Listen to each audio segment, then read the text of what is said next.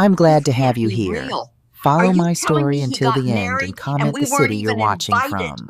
How This is a could he? story about family Chúng ta cần betrayal, hoàn thành việc này ngay unexpected hôm nay. strength, and Anh finding hiểu your rõ các điều voice when khoản chứ? you've been Vâng, silenced tôi đã for rõ. too long. Only I came to my husband's funeral. Not our son, not our daughter, not a single grandchild.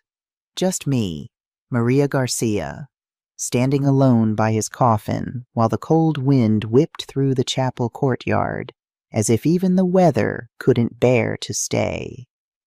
The funeral director's eyes kept darting between the empty chairs and my face, his discomfort as palpable as the silence. "Would you like us to wait a few more minutes, Mrs. Garcia?" he asked, clearing his throat twice. "No," I said firmly. "Start." Anthony would have hated a delay. It was true. My husband had been punctual his entire life, even in his final days, taking pills by the clock, watching the evening news at 6 sharp, folding his slippers side by side before bed. A man of habit, a man of dignity, and now a man laid to rest alone. The front row had 5 empty chairs around me. The pastor recited scripture without conviction, his words floating away on the bitter November wind. The flowers were too bright, the casket too polished. I couldn't stop thinking how Anthony would have laughed at all this fuss, then glanced around, frowning, asking where the hell our kids were. Where were they? The question hammered in my chest with each breath. My hands trembled slightly as I placed the single white rose on the casket. 62 years together. College sweethearts who married young. 4 decades running our business side by side. 2 children we'd sacrificed everything for. 3 grandchildren Anthony had adored. Yet here I stood, alone. The cemetery was nearly deserted. One old groundskeeper watched from a distance, hand resting on a spade. The coffin was lowered, prayers whispered. Dust met wood. Wood met silence. I stood a while after the others left. My heels sunk slightly into the earth and I felt the wind catch my coat. The headstone would be placed later. For now, a simple plaque with my husband's name. Anthony Garcia, beloved husband, father, grandfather. The word beloved stung like a slap. "Goodbye, mi amor," I whispered, my voice carried away by the wind that seemed determined to steal everything from me today. The drive home felt endless. I kept glancing at the passenger seat, half expecting to see Anthony there. His absence was a physical thing now, a weight pressing against my chest, making it hard to breathe. Our neighborhood looked unchanged. Mrs. Jenkins was walking her corgi. The Peterson kids were riding bikes in their driveway. Life continuing as if nothing had happened, as if the world hadn't just tilted on its axis. I pulled into our driveway, past the mailbox Anthony had repainted just 3 months ago, before the diagnosis changed everything. "It needs to look nice for the Christmas cards," he'd said, even as his hands shook from the medication. The house stood silent. No cars parked outside. No one waiting on the porch. I'd told Carlos and Isabella I was hosting a small gathering after the service. Just family. Just us. They hadn't even bothered to call and say they weren't coming. I sat in the car, hands gripping the steering wheel, and let myself cry for the first time that day. Not the quiet tears I'd shed at the service, but deep, wrenching sobs that came from somewhere primal inside me. For Anthony. For 62 years of love. For the family that should be surrounding me now. For the betrayal so profound I could barely comprehend it. When the tears finally subsided, I wiped my eyes and looked at myself in the rearview mirror. "You're still here," I told my reflection. "You're still standing." It was something Anthony used to say whenever life knocked us down. Through business struggles, health scares, all the challenges of our long life together. "We're still here. We're still standing." I squared my shoulders and went inside to face the empty house. The quiet was deafening. Anthony's recliner sat untouched, his slippers side by side next to it, the TV remote where he last placed it.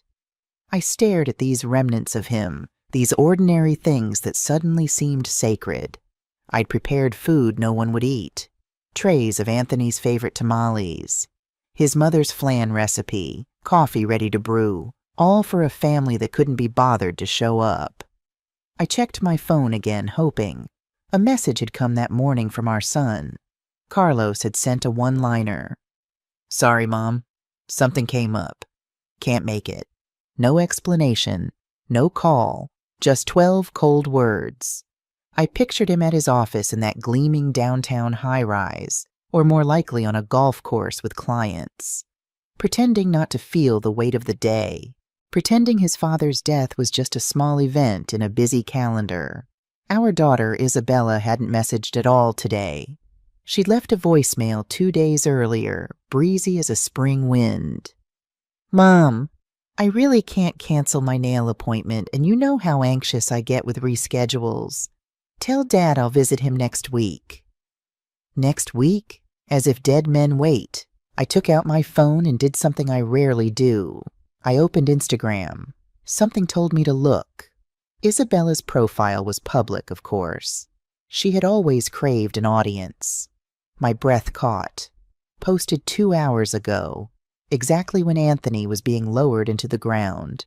A picture of Isabella and 3 girlfriends, drinks in hand, mid-laugh. The caption read, "Girls brunch, bottomless mimosas, living our best lives." My hand shook so badly I nearly dropped the phone. I switched to Carlos's profile. He had posted too. A snapshot of what looked like the 9th hole at Oakwood Country Club. His new driver glinting in the sun.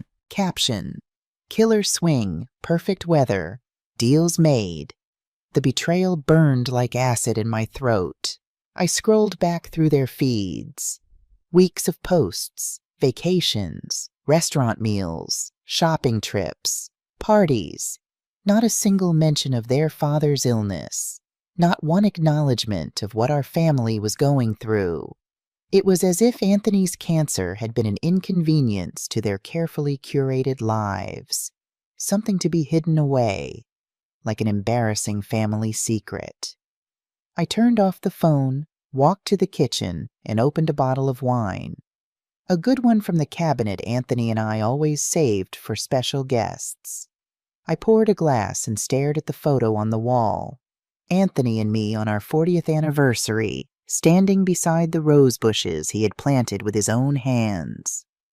"They used to bloom in red," he'd say proudly each spring, "the most passionate color." Now they were bare, waiting for a spring that Anthony would never see. "What did we do wrong?" I asked his image. "When did they become these people?"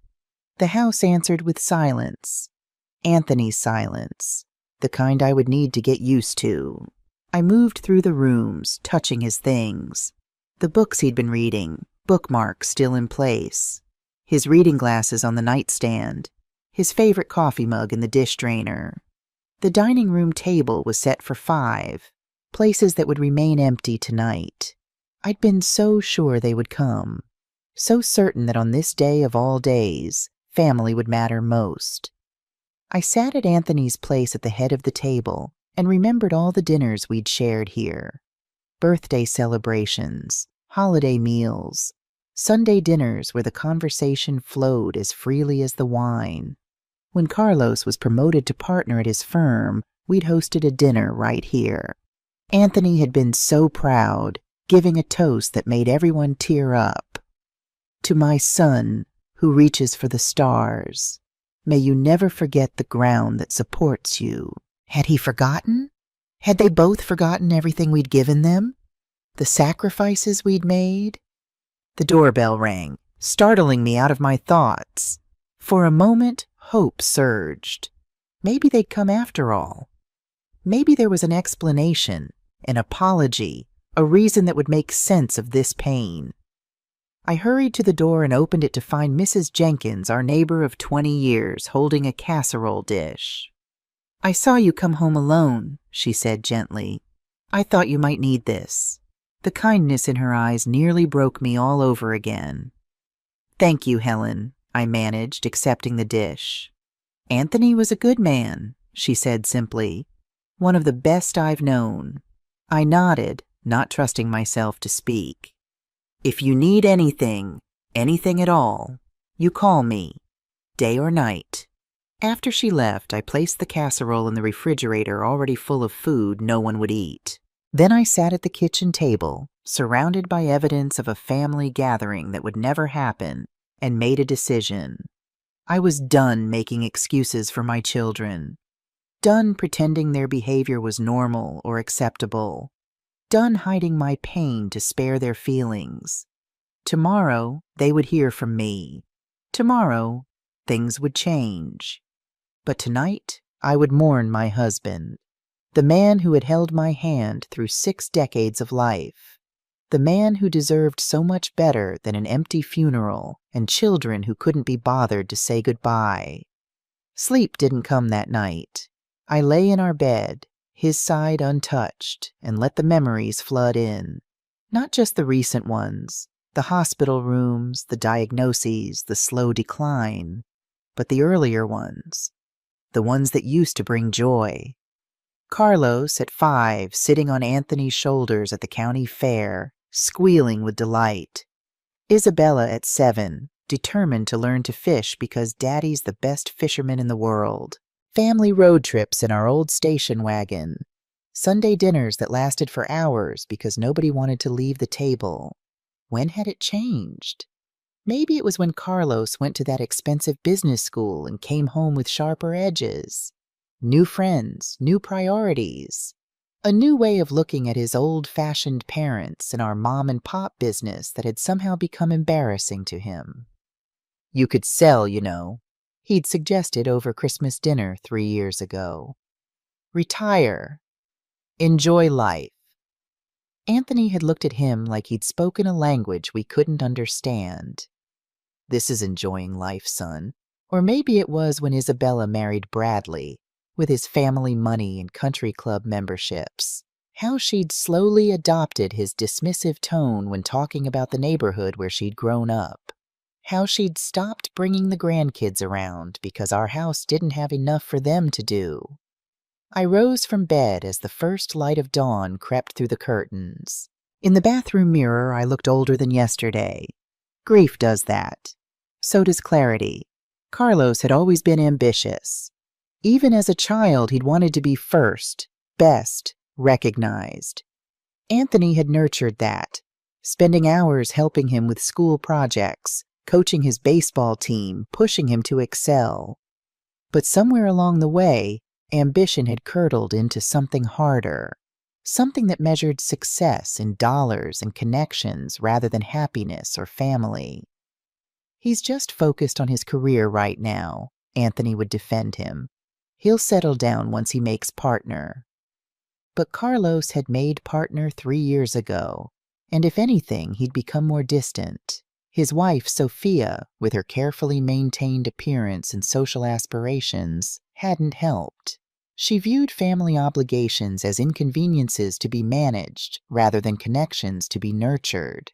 The last time they'd visited, Christmas, 6 months before Anthony's diagnosis, Carlos had spent most of the time on his phone.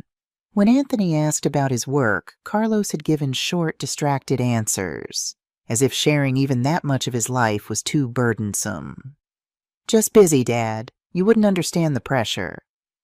The dismissal in his voice had made me wince, but Anthony had just nodded, changed the subject, tried again to connect with the son who seemed determined to pull away, and Isabella, my beautiful, sensitive daughter who once cried over wounded birds and wrote poetry about sunsets. When had she become this polished, perfect stranger? This woman who documented her life for strangers online but couldn't spare an afternoon for her dying father. She'd struggled with anxiety since college. I knew that. The pressure to be perfect had always weighed on her, But she'd found the worst possible solution, curating an external life so flawless that no one would see the cracks within. Her husband Bradley encouraged it. The right clothes, the right schools for the kids, the right social circles. Image above all else. "Mom, we can't come for Thanksgiving this year," she'd said last November. "Bradley thinks it would be better if we host at our place. You understand, right? The kids have activities, and the drive is so long." The drive was 40 minutes, but I'd agreed, not wanting to pressure her. Anthony and I had driven to their massive house in the suburbs, bringing homemade pies and side dishes. We'd sat at their formal dining table, using cloth napkins and china that never went in the dishwasher, making small talk with Bradley's colleagues while our grandchildren were supervised by a nanny in another room. Isabella had barely spoken to us, fluttering between guests, taking photos for social media, playing the perfect hostess. When we left, she'd hugged us quickly at the door. "Thanks for coming. We should do lunch soon, Mom." But soon never came, even when Anthony was diagnosed 3 months later. "She posts about everything," Anthony had said sadly, scrolling through her feed during his last month. Everything except us. The truth settled around me like dust. Our children had been absent long before today's empty chairs. The funeral was just the most visible symptom of a disease that had been spreading for years. I made coffee and carried it to the sunroom where Anthony and I used to watch the birds each morning. The feeder hung empty now. Another thing I needed to remember to do without him reminding me. Outside, the neighborhood was waking up. A school bus stopped at the corner. A jogger passed on the sidewalk. Normal life continuing while mine had shattered. I thought of all the milestones Carlos and Isabella had celebrated over the years. Graduations, promotions, birthdays, housewarmings. We had been there for every single one, bringing gifts, taking photos, cheering them on, supporting their dreams, even when those dreams took them further from us. And then I thought of Anthony's last months, the doctor appointments they were too busy to attend, the hospital stays where we sat alone, watching bad TV and pretending not to notice the other patients surrounded by family. The daily phone calls that went to voicemail, the promised visits that never materialized. "They're busy with their own lives," Anthony would say, making excuses I no longer believed. "It's good that they're independent." But there's independence, and then there's abandonment. I just hadn't been ready to acknowledge the difference. Until now. The phone rang, interrupting my thoughts. For a moment, hope flared. Maybe it was one of them, finally calling to explain, to apologize. But the caller ID showed Thomas Fields, our lawyer and old friend. I answered, my voice mourning rough. "Maria," he said warmly, "I wanted to check on you. I'm so sorry I couldn't make it yesterday. My mother had a fall and—" "It's fine, Thomas," I interrupted. "Family comes first. How was the service? I hope Carlos and Isabella were a comfort." The question hung in the air between us. I could lie, preserve the image of my perfect family, or I could finally speak the truth. "They didn't come," I said, the words like stones in my mouth. Silence on the line. Then, "What do you mean they didn't come?" "I mean they didn't attend their father's funeral. Carlos had something come up. Isabella didn't even bother with an excuse. They were too busy with golf and brunch."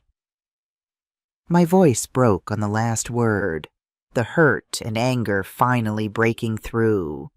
Thomas was quiet for a moment. When he spoke, his voice was careful. "Maria, I don't know what to say. That's unthinkable. Yet here we are." I took a sip of my now cold coffee. "Thomas, I need to talk to you. About the will. About everything." "Of course. When would you like to come in?" "Today," I said firmly. "This can't wait." After we hung up, I showered and dressed with unusual care. Not the black dress from yesterday, but a blue suit Anthony had always liked. "You look like a CEO in that," he'd say, "my powerful woman." I felt anything but powerful this morning, but I needed to look it. Needed to project a strength I wasn't sure I possessed. As I was gathering my purse and keys, the doorbell rang again. This time when I opened it, the sight before me made my breath catch. Miguel Reyes, my nephew, the son of Anthony's younger sister Elena, stood on my porch, suitcase in hand. "Tia Maria," he said softly, "I came as soon as I could." Miguel's unexpected arrival felt like a lifeline thrown to a drowning woman. As we sat in the kitchen drinking coffee, I found myself telling him everything. The empty funeral, the text from Carlos, the Instagram posts, the years of growing distance. "I knew they were wrapped up in their own lives," Miguel said, shaking his head. "But to miss the funeral? I never thought they'd go that far." Miguel had his mother's eyes, Elena's eyes, which meant he had something of Anthony in him too. The Garcia intensity, the unwavering gaze that seemed to see right through pretense. "I tried calling them," he admitted. "Last week, when Uncle Anthony took that turn for the worse, Carlos's assistant said he was too busy to come to the phone. Isabella texted that she was processing in her own way and would visit when she felt stronger." The betrayal cut deeper now, knowing it wasn't just neglect but active avoidance. Even when Miguel, who lived in Chicago and had his own demanding career as an architect, had reached out to them. "Why didn't you tell me?" I asked. Miguel looked down at his coffee. "Uncle Anthony asked me not to. He didn't want to upset you more than you already were." Of course. Anthony, protecting me until the end, shielding me from the full knowledge of our children's indifference. "I have an appointment with Thomas Fields today," I said. "Our lawyer, about the will." Miguel nodded. "Do you want me to come with you?" "No, this is something I need to do myself. But thank you for being here. It means more than you know." After breakfast, I drove to Thomas's office downtown. The city looked different somehow. Sharper, colder, more indifferent. Or maybe that was just my new perception, seeing the world through grief-sharpened eyes. Thomas's office was in an old converted warehouse, all exposed brick and hardwood floors. He'd been our lawyer for 30 years, handling everything from the business contracts to our personal estate planning. He'd watched our children grow up, had attended both their weddings. "Maria," he said, rising from behind his desk when his assistant showed me in. "I'm so sorry about Anthony. And about yesterday." I accepted his hug, drawing comfort from the familiar smell of his aftershave and the books that lined his office walls. "Tell me what you need," he said when we were seated. I took a deep breath. "I need to know my options. For changing the will." Thomas's expression remained neutral, professional. "The joint will you and Anthony signed 2 years ago is fairly straightforward. Upon his death, everything transfers to you. Upon your death, the assets are divided equally between Carlos and Isabella. And I can change that? Now that..." I couldn't finish the sentence, now that Anthony was gone.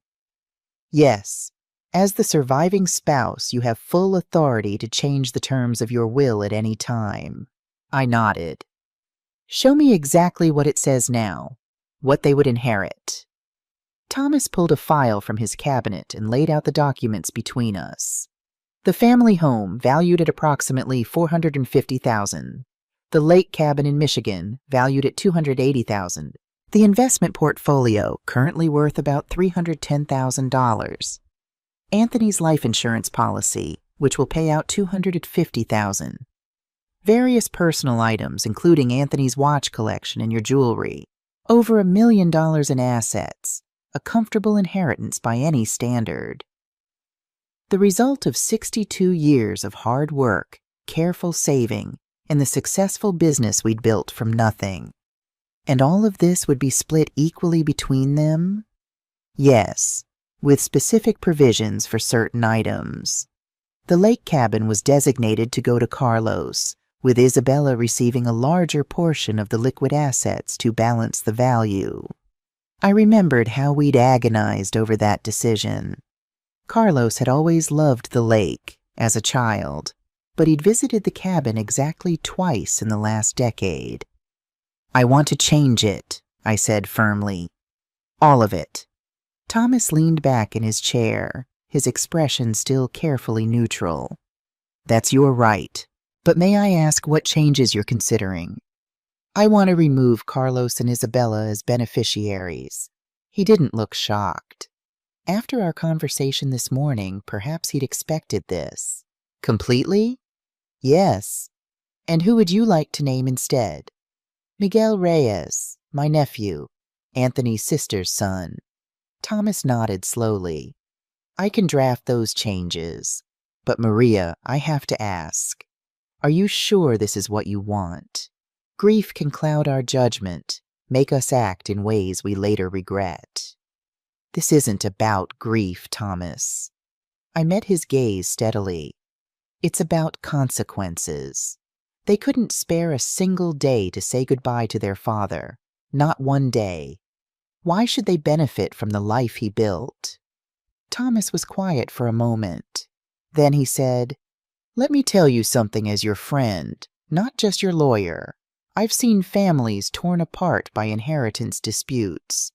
Even if you're legally within your rights, which you are, this kind of change can create wounds that never heal." "The wounds are already there," I said softly. "They just haven't been acknowledging them." He nodded.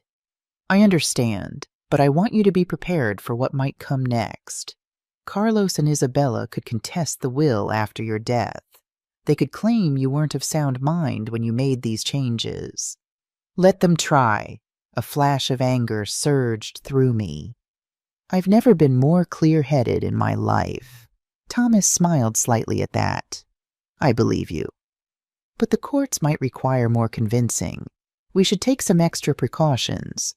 A psychological evaluation, perhaps. Detailed documentation of your reasons for the changes." "Whatever it takes," I agreed. "I want this to be ironclad." "It will take a few days to draw up the new documents," Thomas said. "In the meantime, I suggest you think carefully about exactly what you want.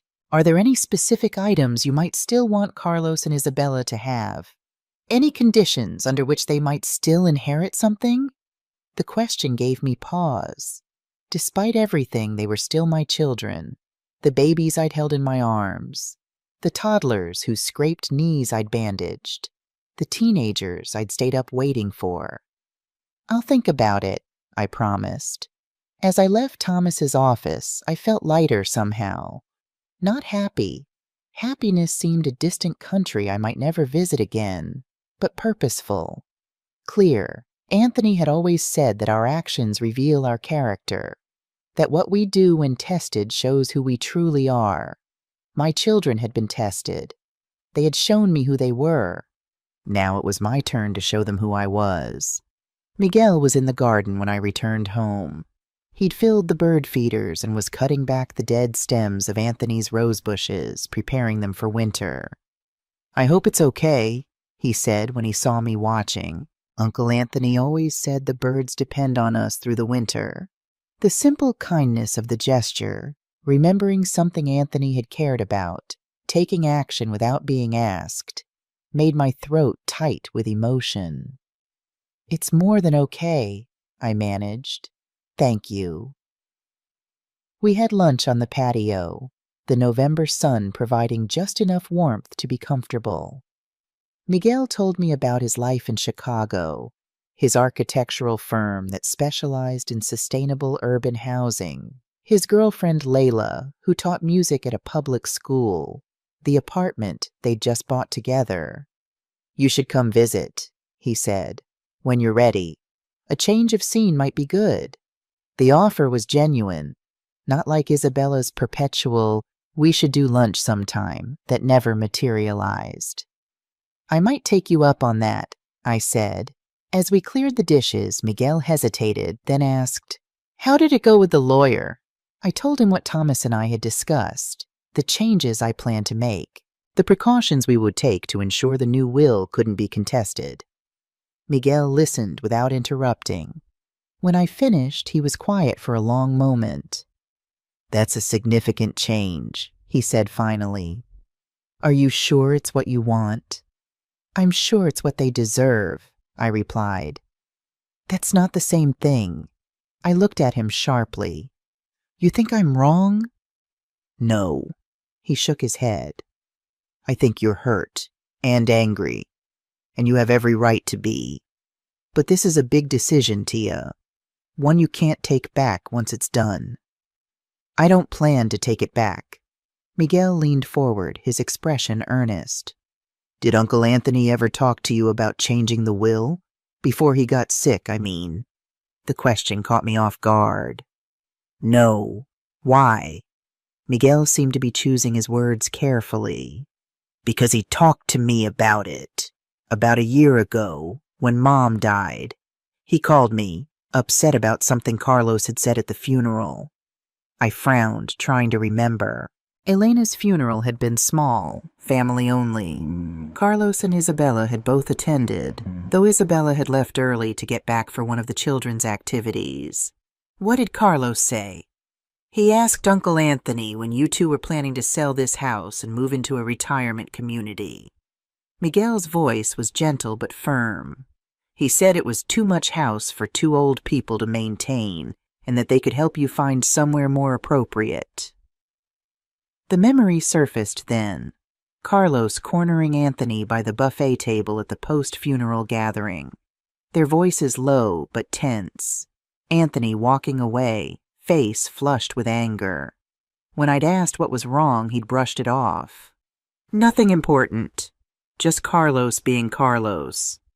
"Uncle Anthony was furious," Miguel continued. "Not just because of the suggestion itself, but because of the timing. Using his sister's funeral to bring up selling your home." I closed my eyes, feeling the betrayal anew. Why didn't he tell me? "He didn't want to hurt you. Said you always made excuses for them, and he didn't want to take that comfort away from you. Always protecting me, even from the truth." "He asked me about changing the will then," Miguel said. "Not to cut them out entirely, but to protect this house. To make sure they couldn't force you to sell after he was gone." I opened my eyes, looking around at the home Anthony and I had shared for 40 years. The garden he had tended with such care. The porch where we'd watched countless sunsets. The kitchen where we danced on our anniversary. Did he do it? Change the will? Miguel shook his head. "No. He talked to your lawyer, Thomas, who advised against it at the time. Said it would create more conflict than it would solve. Uncle Anthony decided to trust that when the time came, Carlos and Isabella would do the right thing." I laughed, a short, bitter sound. "They couldn't even do the right thing at his funeral." "No, they couldn't." Miguel's voice was sad.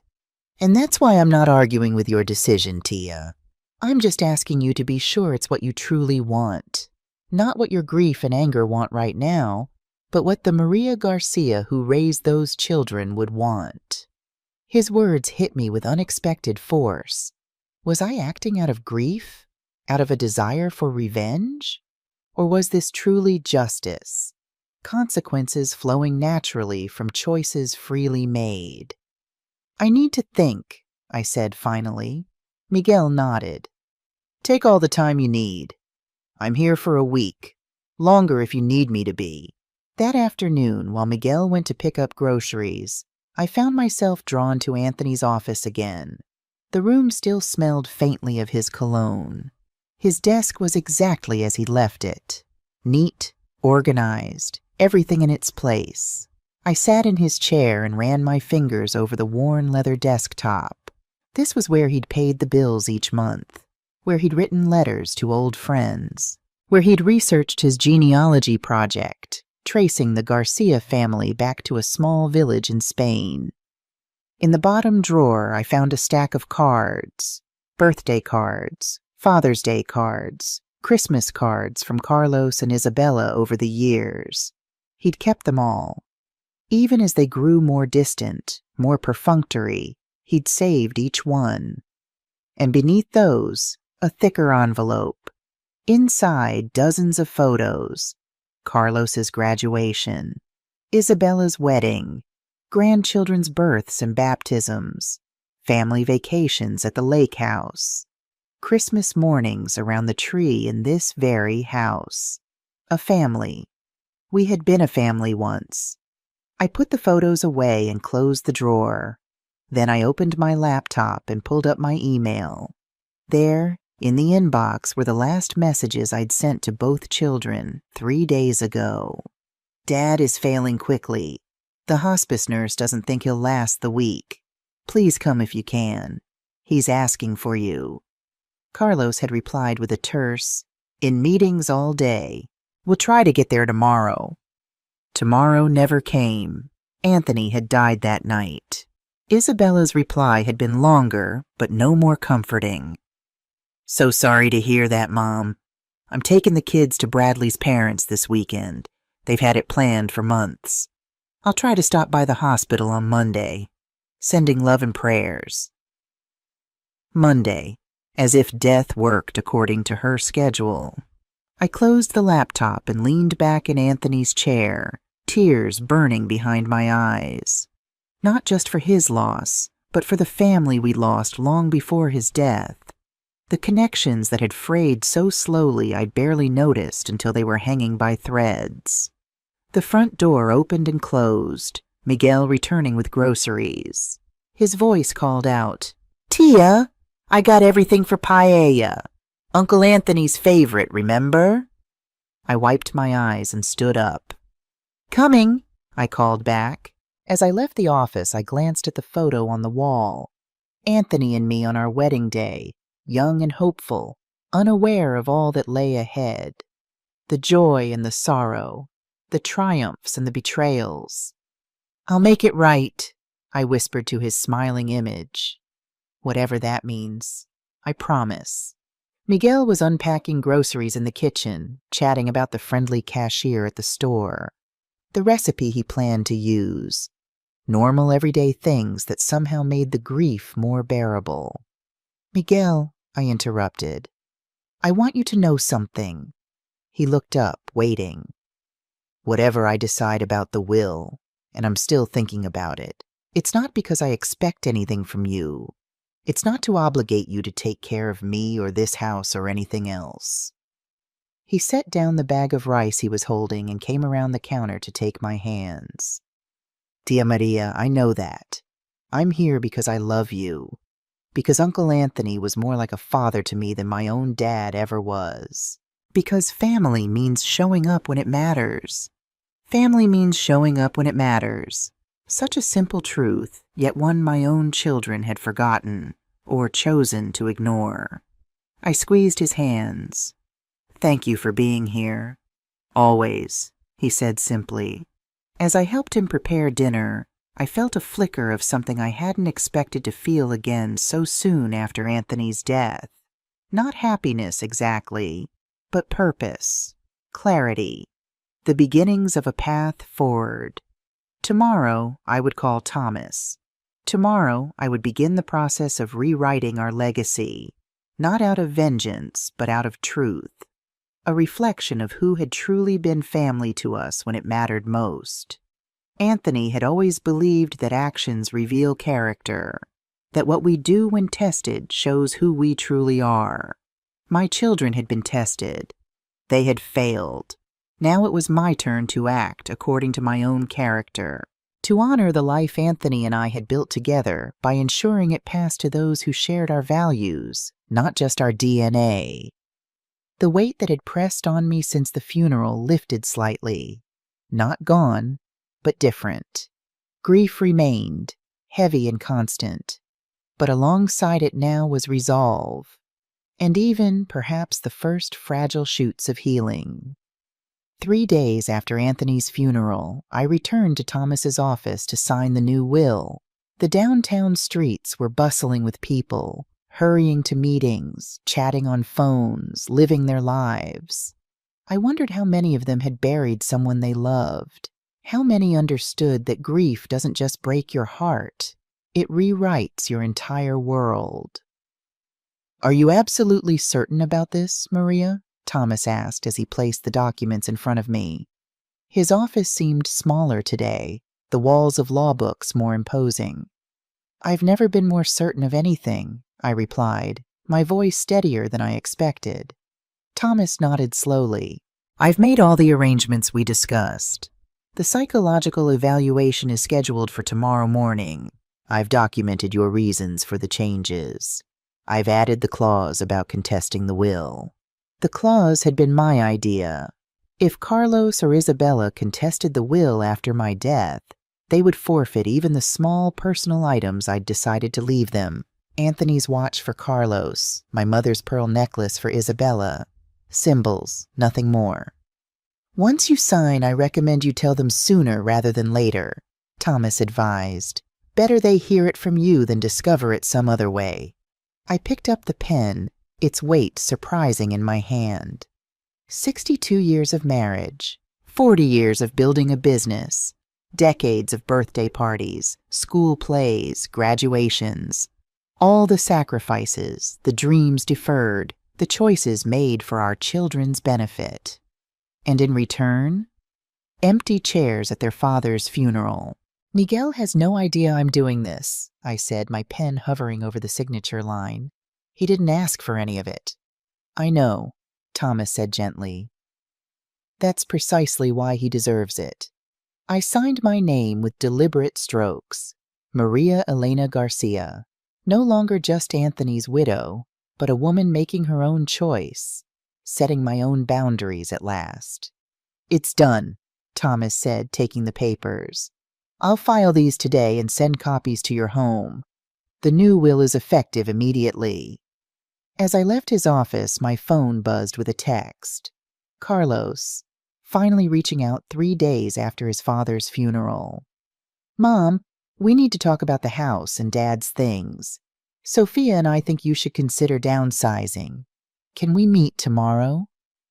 No condolences, no "how are you holding up," just straight to business, to what he wanted from me. I texted back, "Yes, come at 11 a.m. Isabella should be there too." The response came quickly. "Already spoke to her. We'll both be there." Of course they'd already spoken. Probably planning their approach. Deciding how to handle poor, grieving Mom who couldn't possibly manage on her own. They had no idea what was coming. I drove home with a strange sense of lightness. Not happiness. That seemed a distant country I might never visit again. But certainty. The kind that comes when you stop allowing others to define your worth. When you reclaim your own power. Miguel was on the front porch when I pulled into the driveway, repainting the railing Anthony had been planning to fix before he got sick. "How did it go?" he asked, setting down his paintbrush. "It's done," I said simply. "They're coming tomorrow. Both of them." Miguel's eyes widened slightly. "Do you want me to be here?" I thought about it for a moment. "No, this is something I need to do myself. But maybe stay close, in case I need you afterward." He nodded, understanding. "I'll take Layla to breakfast and keep my phone on. Just call if you need me." That evening, as we prepared dinner together, I found myself sharing stories about Anthony that I hadn't been able to speak aloud since his death. The time he tried to fix the dishwasher and flooded the entire kitchen. How he'd learned to make paella from my mother, determined to perfect her recipe.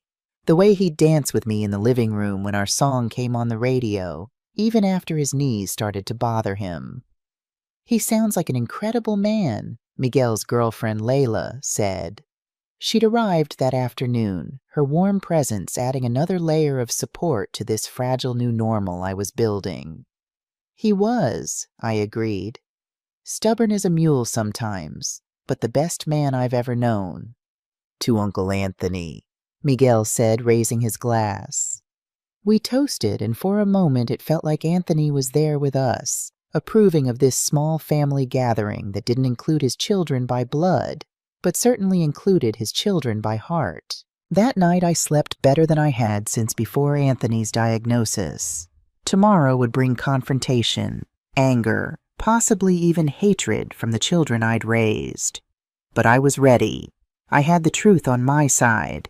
And finally, after decades of putting everyone else first, I had my own voice. That same evening, across town in his luxury high-rise condo, Carlos Garcia was in his home office, staring at spreadsheets that couldn't hold his attention.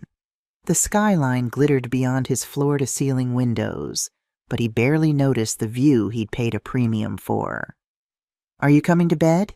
Sophia appeared in the doorway, elegant even in designer sleepwear. "It's after 11.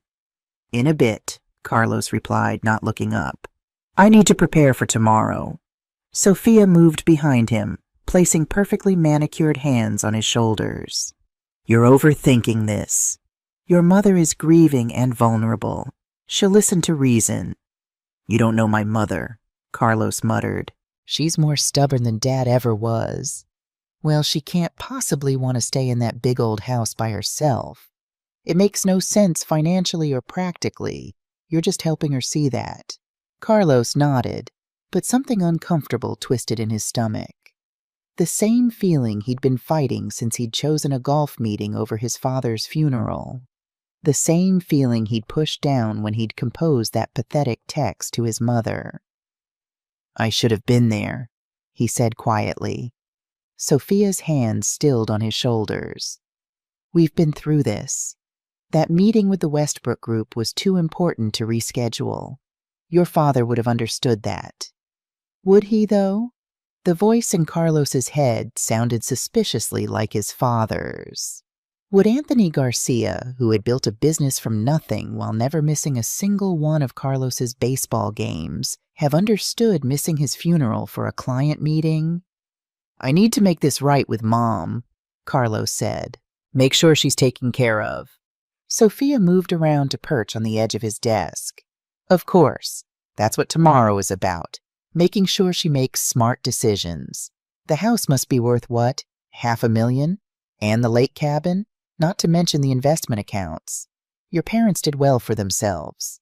The way she said it, slightly surprised, as if she still couldn't quite believe his parents had accumulated real wealth, irritated him. As if Anthony and Maria Garcia had been playing at success rather than achieving it through decades of hard work. "They built something real," Carlos said, more sharply than he intended. "Something that lasted." Sophia's perfectly shaped eyebrow arched slightly. "And now it's your inheritance to manage wisely, starting with getting your mother into an appropriate living situation." "She might not agree," Carlos warned. Sophia stood, straightening her silk robe. "Then you'll need to be firm. It's for her own good. She can't possibly maintain that place alone.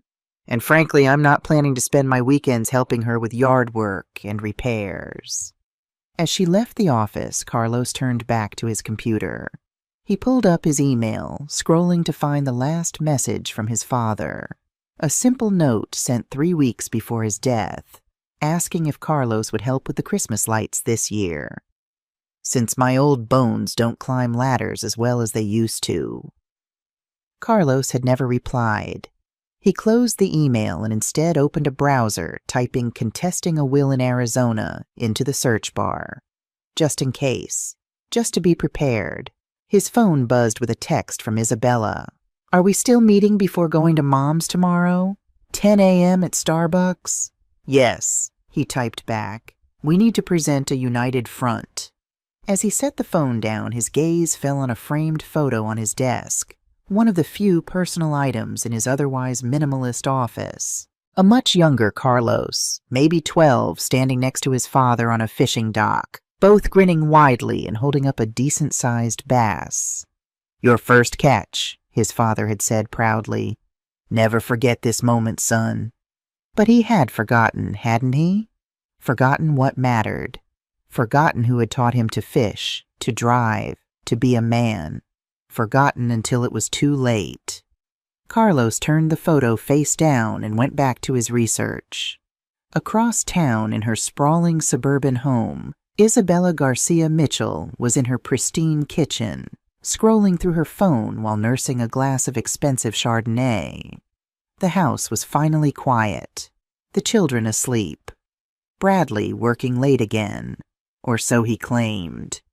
She paused on an Instagram post from 2 days ago, her brunch photo with friends, the one she'd posted during her father's funeral.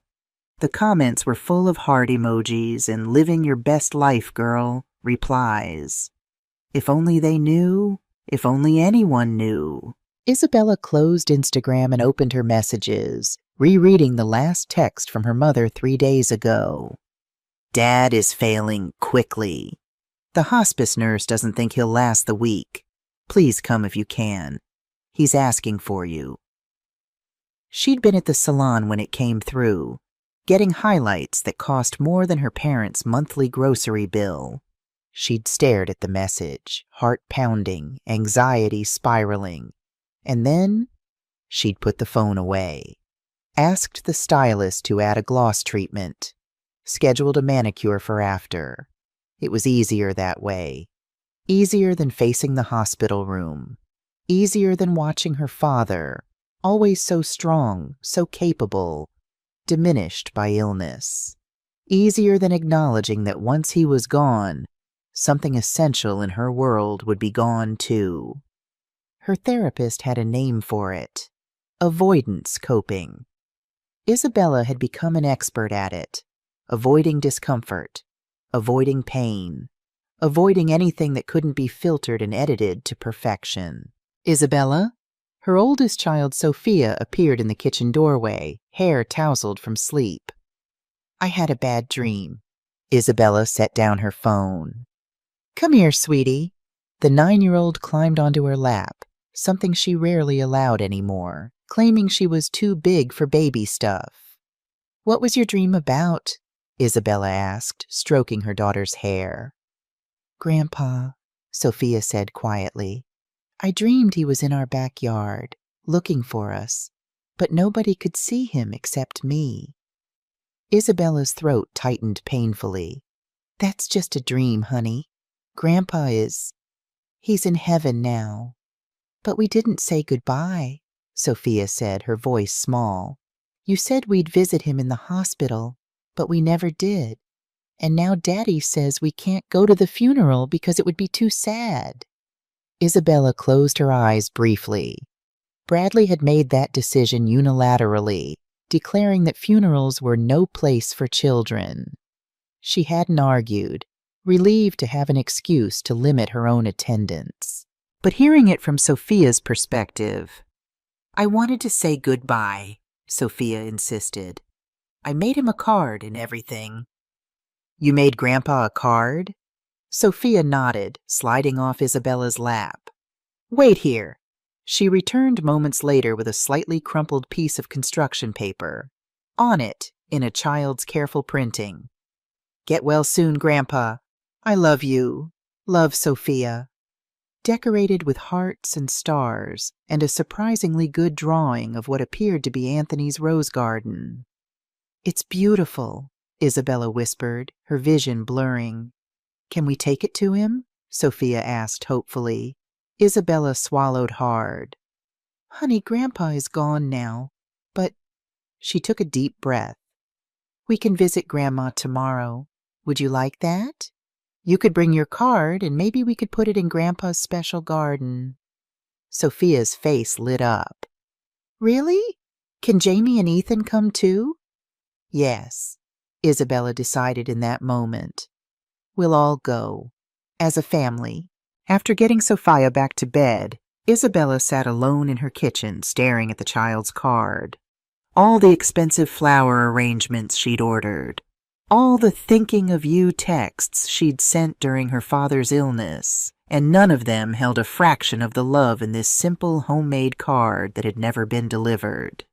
She pulled out her phone and canceled her nail appointment for tomorrow. Then she texted Carlos. "Change of plan. I'm bringing the kids to Mom's tomorrow. They need to be part of this." His reply was immediate and disapproving. "Is that wise? We need to talk finances in the house. Children will complicate things." "They're her grandchildren," Isabella typed back, "and they deserve to say goodbye to their grandfather, even if it's too late for a proper funeral." She added, "And I'm not ambushing Mom about selling her house 3 days after Dad died. That's cruel, Carlos." 3 dots appeared, disappeared, appeared again. Finally, "Fine, but we still meet beforehand." Isabella agreed, then set her phone aside. She picked up Sophia's card again, running her fingers over the carefully drawn roses. Her father had taught her to draw those roses when she was about Sophia's age. Sitting in the garden on Sunday afternoons, showing her how to really see the curves and edges, the way the petals folded into each other. "It's not just about looking, Isabel," he'd say, using her childhood nickname.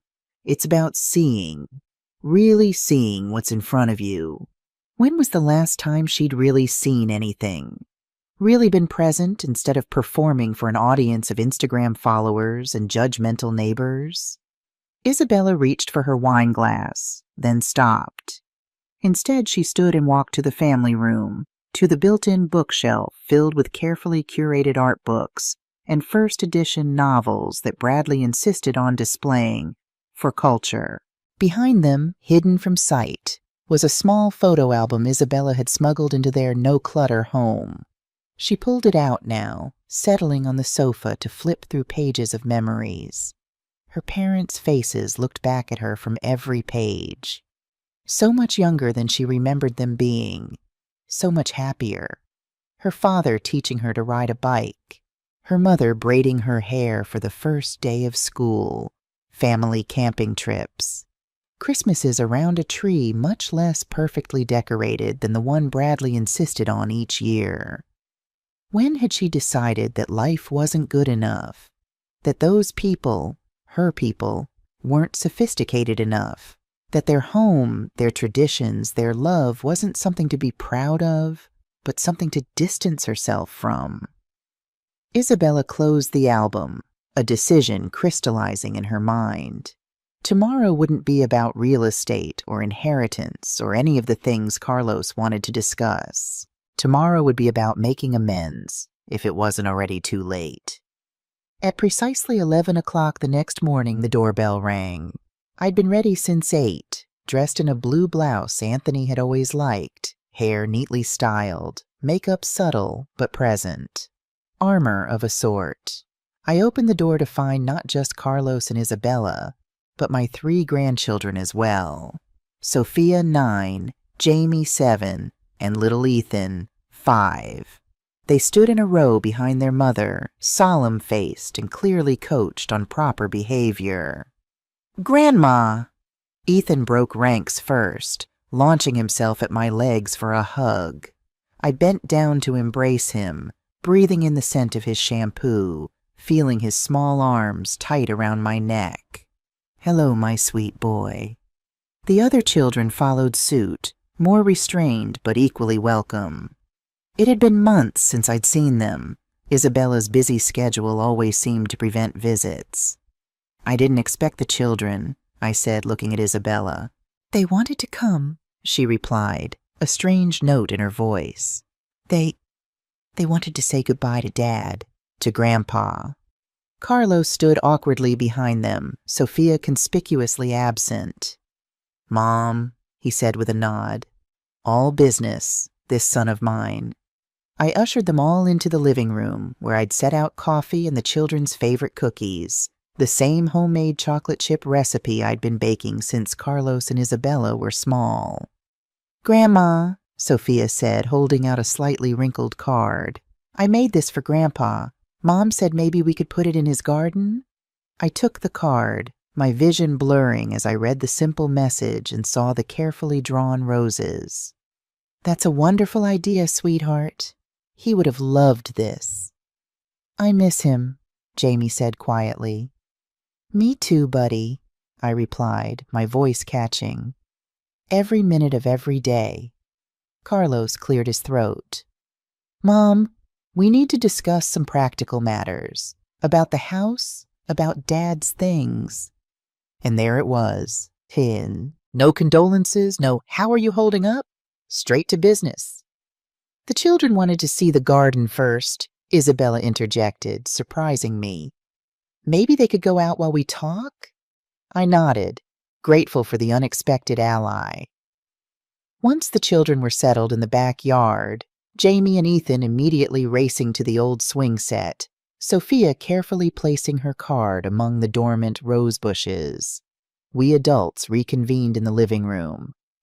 Mom, Carlos began again, leaning forward in Anthony's favorite chair. We've been talking, and we think it would be best if you considered downsizing. This house is too much for you to maintain alone. Is it? I asked mildly. I've lived here for 40 years. I know every creaking floorboard, every temperamental light switch. It's not about familiarity, Carlos pressed. It's about practicality. The yard work, the maintenance, the stairs. You're not getting any younger, Mom. Isabella winced visibly at his blunt approach. What Carlos means, she interjected, is that we worry about you being here alone, especially now with Dad gone. I see. I sipped my coffee calmly. And what would you suggest instead? There's a very nice retirement community near us, Carlos said, producing a glossy brochure seemingly from nowhere. Saguaro Springs. They have independent living apartments, but with amenities and staff if you need assistance. We've already spoken to the director. My eyebrows rose. Have you indeed? How presumptuous. Carlos frowned at my tone. We're trying to help, Mom. This place isn't cheap, but if we sell this house and the lake cabin, you'd have more than enough to live comfortably there for the rest of your life. The lake cabin, too? I asked, my voice deceptively calm. The one your father and I built with our own hands. The one where you learned to swim and fish. That lake cabin. Carlos had the grace to look slightly uncomfortable. It's just sitting empty most of the year. It makes financial sense to sell it. I see. I set down my coffee cup with deliberate precision. And what about your father's things? His tools, his books, his collection of vinyl records? What becomes of those in this plan of yours? You'd have to downsize considerably, Carlos admitted. The apartments aren't large, but we could help you sort through everything, decide what's really important to keep. As if they knew better than I did what held value in the life Anthony and I had built. Let me make sure I understand, I said, my voice growing cooler. 3 days after burying your father, a funeral neither of you bothered to attend, you want me to sell our home, sell our vacation property, discard most of your father's possessions, and move into a retirement community where I know no one? Carlos shifted uncomfortably.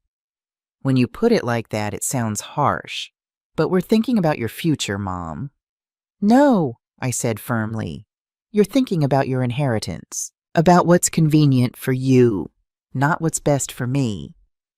Isabella looked stricken. Mom, that's not fair. We're worried about you. Are you? Where was this concern when your father was dying? When I sat alone by his hospital bed for weeks? When I stood alone at his funeral while you were at brunch and you, I turned to Carlos, were playing golf? The silence that followed was deafening. How did you know about that? Carlos finally asked, his voice strained. Instagram, I replied simply.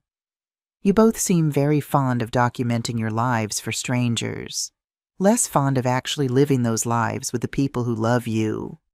Isabella's face had gone pale. Mom, I can explain. I don't want explanations, I interrupted.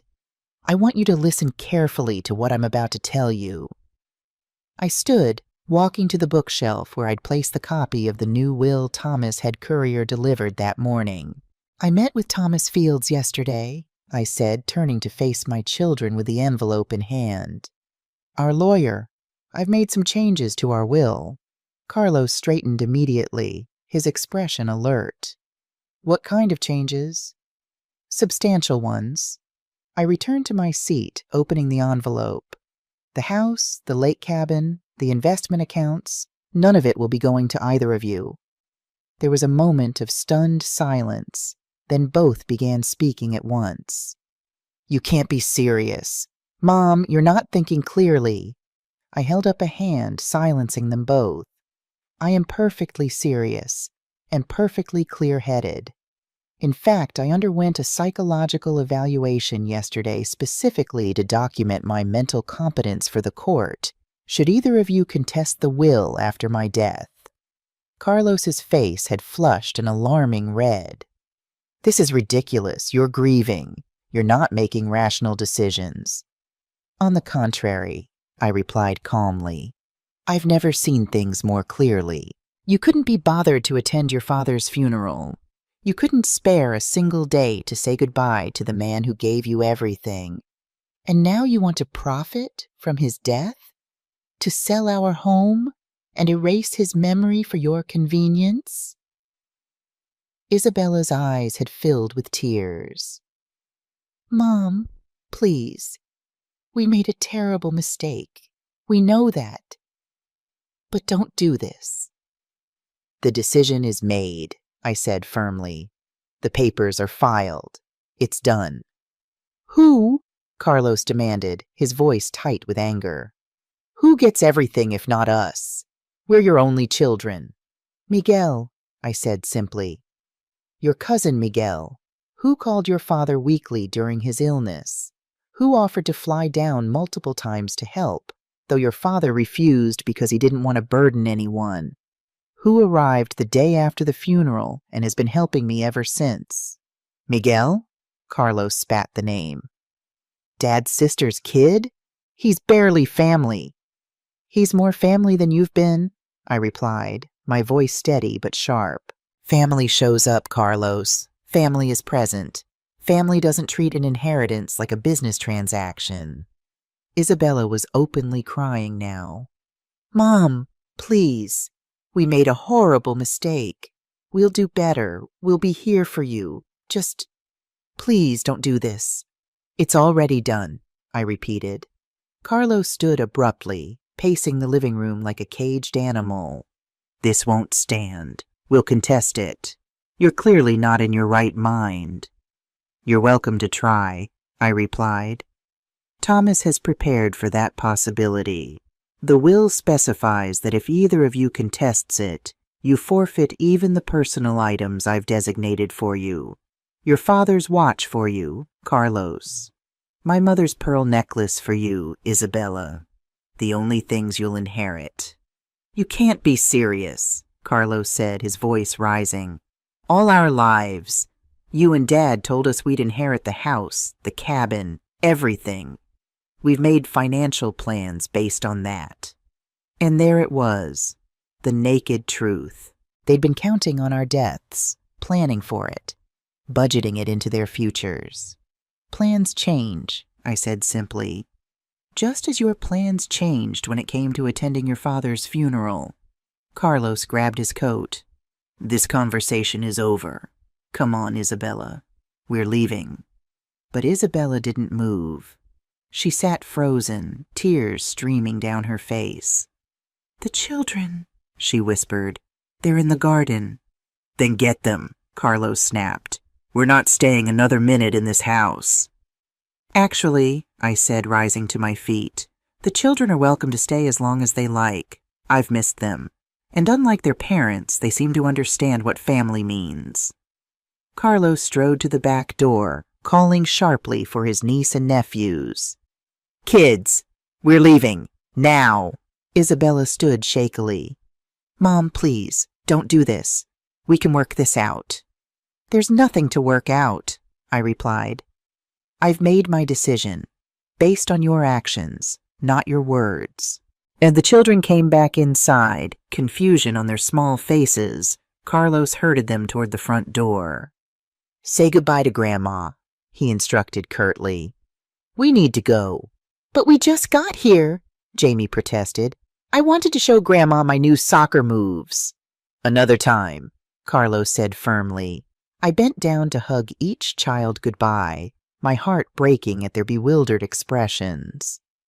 You're welcome here any time, I told them, looking directly at Isabella. Day or night, my door is always open to you. As they filed out, Isabella turned back at the door.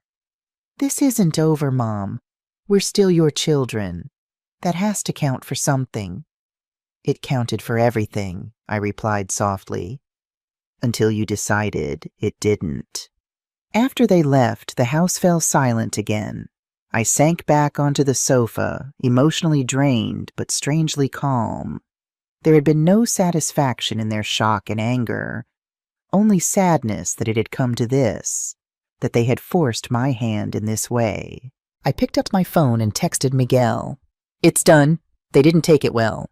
His reply came quickly. On my way back. Do you need anything? Just company, I typed back. And maybe ice cream. Your uncle always said there's no problem ice cream can't improve. As I waited for Miguel to return, I walked through the house. My house, Anthony's house, our home, touching familiar surfaces, breathing in memories. This was where we had built our life, where we had raised our children, where Anthony had planted his beloved roses. Carlos and Isabella might see only an asset to be liquidated, but I saw our history, written in every scratch on the hardwood floors, every worn spot on the kitchen counters, every carefully chosen paint color. They wanted me to erase all that, to disappear into some sterile apartment where nothing would remind me of Anthony, where his presence wouldn't linger in the workshop he'd built in the garage, or the reading nook he'd constructed in the sunroom, or the 1,000 other touches that made this house our home. I won't do it, Anthony, I whispered to the empty rooms. I won't let them erase you, or us. And for the first time since his death, I felt certain I was doing exactly what Anthony would have wanted, protecting our legacy, standing firm, refusing to be diminished by our children's callous disregard. The doorbell rang again. Too soon to be Miguel. I approached warily, half expecting Carlos to have returned for another round of arguments. Instead, I found Isabella standing alone on the porch, her eyes red from crying. I told Carlos I forgot my purse, she said quietly. I needed to come back and tell you something. I stepped back, allowing her inside. I'm sorry, she said, her voice breaking. For the funeral, for everything. I don't expect you to change your mind about the will. I don't deserve that. But I needed you to know. I was wrong. So wrong. And I'll regret it for the rest of my life.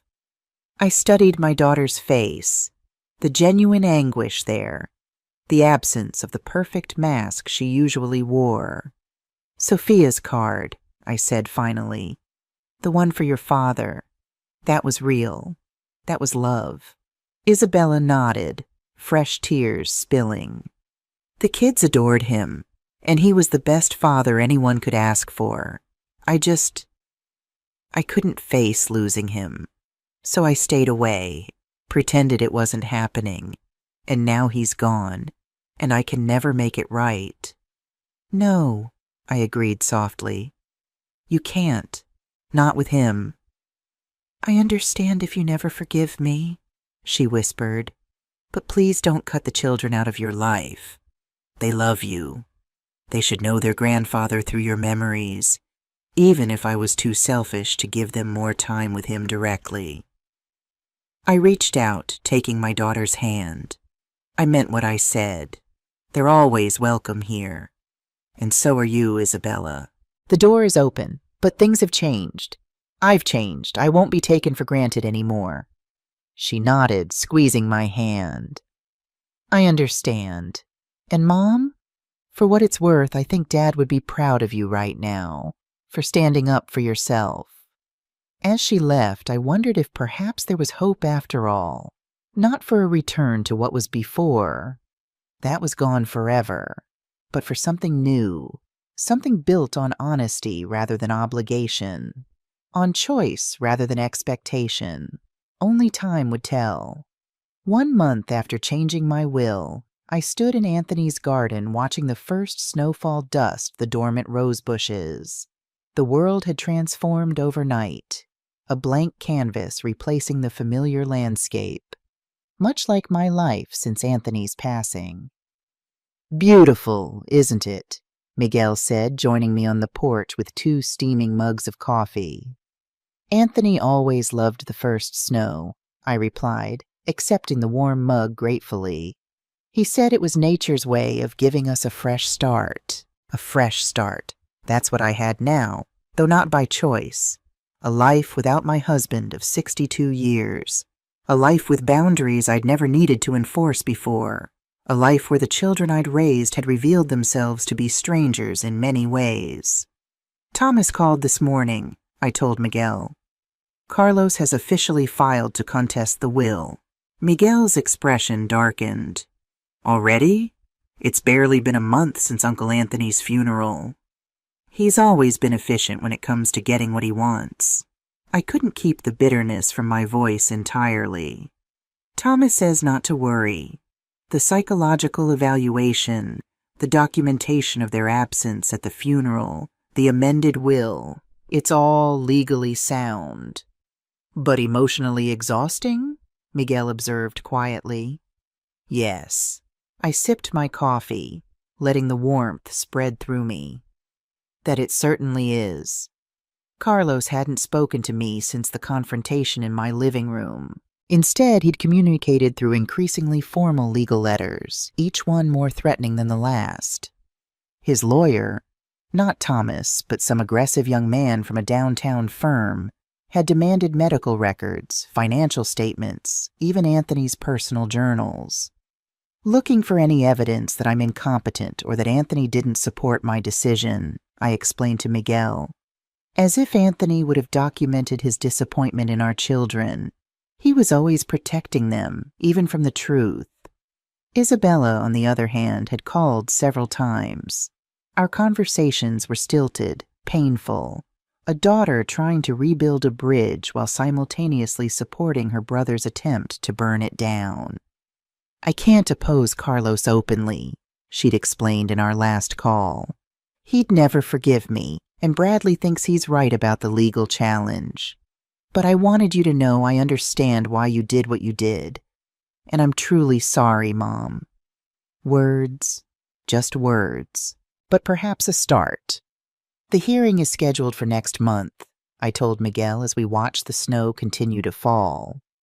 "Thomas believes the judge will dismiss Carlos's petition quickly. He has no standing, no evidence of incompetence on my part." "And then what?" Miguel asked gently. The question hung in the cold air between us. And then what? What happened after the legal battles were over, after the dust settled on this painful chapter? "Then I start living again," I said finally, "not just existing, not just grieving, but actually living. Anthony would have wanted that." Miguel smiled, the expression so like his mother's, Anthony's beloved sister, that it made my heart ache with recognition. "Uncle Anthony would have wanted exactly that," he agreed. "And I think he'd be proud of how you've handled everything."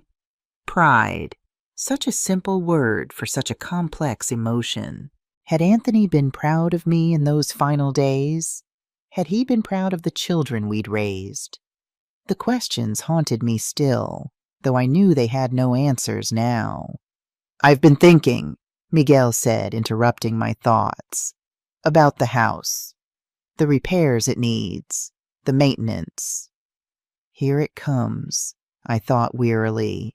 Another well-meaning suggestion that I downsize, move somewhere more appropriate for a widow my age. "The porch railing is just the start," Miguel continued. "The roof needs work before next summer. The kitchen is outdated. The back steps are uneven." "I know all that," I said, a defensive edge creeping into my voice. "But this is my home. Our home. I'm not leaving it." Miguel looked surprised. I wasn't suggesting you should. I was going to offer to help fix it up. Layla and I have been talking. We both work remotely most of the time anyway. We could stay for a few months, maybe longer. Help get things back in shape. The unexpected offer left me momentarily speechless. You'd do that? I finally managed. Uproot your lives in Chicago to help an old woman fix her house? Miguel's smile was warm, genuine. We do that to help family, to honor Uncle Anthony, and, he added with a slight shrug, because it's the right thing to do. The right thing to do. Such a simple concept. One my own children seem to have forgotten. I'd like that, I admitted. The house has been too quiet. As we stood there watching the snow transform the garden, I felt something I hadn't expected to feel again so soon after Anthony's death. Hope, not happiness exactly. That seemed a country too distant to visit yet. But hope, the fragile belief that there might still be good days ahead. We'll start with the roof, Miguel decided, before it becomes an emergency.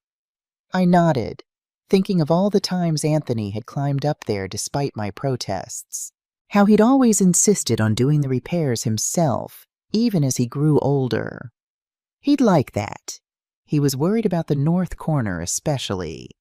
Then that's where we'll begin. Begin again. Start over. Move forward. Anthony's garden under snow. The roses dormant but not dead. Waiting for spring, for renewal, for a chance to bloom once more. 2 weeks later, I found myself doing something I hadn't done in decades. Sitting at the old sewing machine Anthony had kept oiled for me, just in case. The rhythmic hum of the machine was soothing as I guided fabric beneath the needle, creating new curtains for the kitchen windows. Those are, bright, Layla observed with a smile, pausing in the doorway with grocery bags in her arms. I laughed, something that had become less foreign to my lips in recent days. Aren't they? Anthony always wanted muted tones. Nothing too flashy, Maria, he'd say. But I always loved color. The curtains were indeed bright, a bold blue fabric with a pattern of yellow sunflowers. Nothing like the neutral beige Anthony had preferred for 40 years. A small rebellion, a declaration of my new independence. I think they're perfect, Layla declared, setting down her bags. They'll bring sunshine even on cloudy days. Layla had moved in last week, joining Miguel in the guest bedroom that had stood empty for too long. Their presence filled the house with new energy, cooking smells in the evening, music during the day, the sounds of Miguel's tools as he tackled the endless list of repairs Anthony had left unfinished. How is therapy? Layla asked casually, unpacking groceries. I had started seeing Dr. Bennett, a grief counselor Thomas had recommended, shortly after the confrontation with Carlos and Isabella. Initially reluctant, I was from a generation that didn't easily discuss feelings with strangers. I'd found unexpected comfort in having a neutral space to process my anger, my grief, my guilt. Enlightening, I answered honestly. We talked about boundaries today, how I've spent my whole life without them. It was true. As a wife, as a mother, I'd made myself endlessly available, accommodating everyone's needs but my own, excusing behavior I shouldn't have, making peace at any cost. And how does it feel to have them now? Layla asked. I considered the question as I finished the final seam. Terrifying, liberating, necessary. The boundaries were still being tested. Carlos's legal challenge continued, growing more aggressive with each filing. Isabella called weekly, her voice walking a tightrope between genuine remorse and subtle manipulation.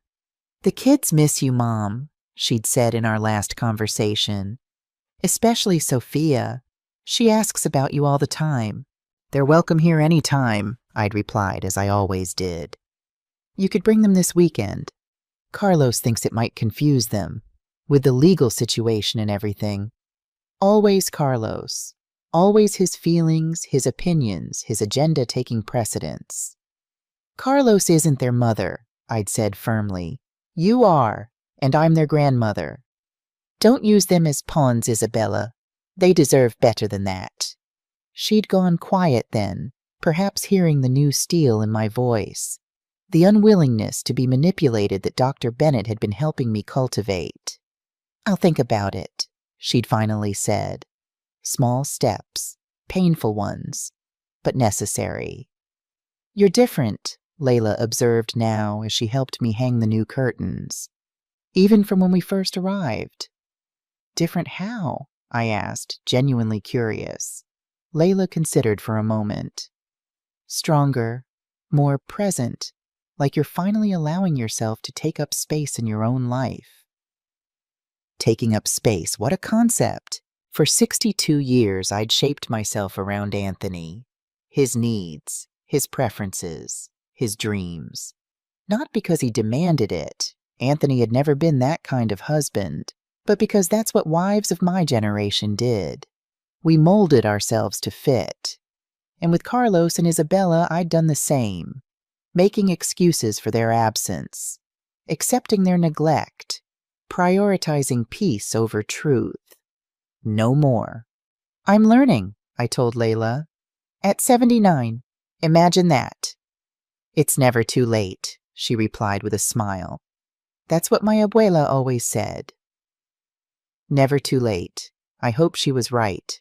That evening, as Miguel and Layla cooked dinner, another new routine I was growing to cherish, the doorbell rang. Unexpected visitors were rare these days. Most friends had paid their condolence calls weeks ago. I opened the door to find Isabella standing on the porch, alone. No Bradley, no children, just my daughter, looking more vulnerable than I'd seen her in years. Mom, she said softly, can we talk? I stepped back, inviting her in. The smell of Miguel and Layla's cooking filled the house, something with garlic and tomatoes that reminded me of Anthony's mother's recipes. You have company, Isabella observed, hearing the voices from the kitchen. Miguel and Layla, I confirmed. They're staying for a while, helping with the house. Isabella nodded, her eyes taking in the new curtains, the fresh paint in the hallway, the subtle changes that marked the beginning of my new chapter. It looks nice, she offered. Different, but nice. Thank you. I led her to the living room where we sat in awkward silence for a moment. Carlos told me you withdrew your support for his legal challenge. Isabella looked down at her hands. Yes, this morning. His lawyer called to inform me that without my testimony, their case is significantly weakened. I see. I kept my voice neutral, waiting. He's furious with me, Isabella continued, says I'm betraying the family, that I'm siding with you over him. And are you? Siding with me? Isabella looked up, her eyes shining with unshed tears. I'm trying to do what's right. Finally. I've spent so long doing what's expected, what looks good, what keeps the peace. I'm tired, Mom. Tired of pretending. The admission hung between us, raw and honest in a way Isabella rarely allowed herself to be. Bradley doesn't know I'm here, she confessed. He thinks I'm at yoga. He wouldn't understand. He still thinks we should back Carlos, fight for what he calls our rightful inheritance. And what do you think? I asked quietly. I think, she paused, choosing her words carefully. I think Dad deserved better than what we gave him. I think you deserve better. And I think the money, the house, the cabin, none of it matters compared to what we've already lost. The tears she'd been holding back spilled over now, tracking mascara down her cheeks. I miss him, Mom. I miss Dad so much, and I wasted so much time. Time I can never get back. In that moment, she wasn't the polished, perfect Isabella who documented her curated life for strangers online. She was my little girl again. The one who used to crawl into my lap with skinned knees and broken toys, trusting me to make it all better. But I couldn't make this better. Couldn't turn back time. Couldn't erase the choices she'd made. I miss him too, I said simply. Every moment of every day. Isabella wiped at her tears, smudging her carefully applied makeup. Do you think he knew? How much I loved him, even when I didn't show it? The question broke my heart with its desperate hope. Yes, I said, because it was true. He knew.